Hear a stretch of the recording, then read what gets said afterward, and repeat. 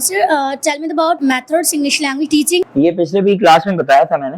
There are 3 methods of teaching English language. English language को पढ़ाने के 3 तरीक़ेकार होते हैं. ठीक है.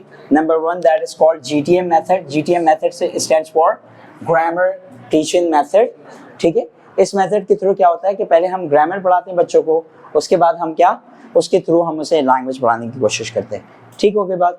जो कि इतना ज़्यादा वैलिड मेथड नहीं है, लेकिन हाँ अगर ग्रामर तमीज़ से पढ़ाने वाला टीचर है और जो अच्छी तरह से पढ़ा सकता है तो वो सिखा भी देगा उसके साथ कि जिसको ग्रामर पढ़ाने की तमीज़ हो.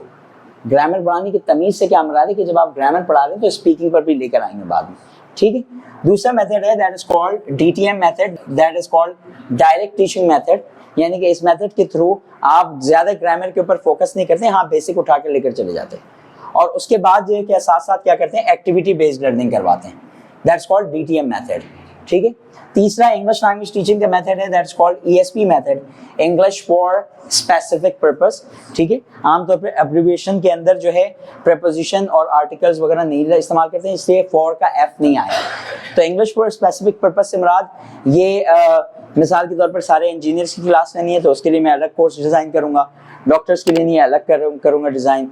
ठीक है. बिजनेसमैन के लिए नहीं उसके लिए अलग डिज़ाइन करूंगा. तो that's the point English for specific purpose. So there are 3 methods of this.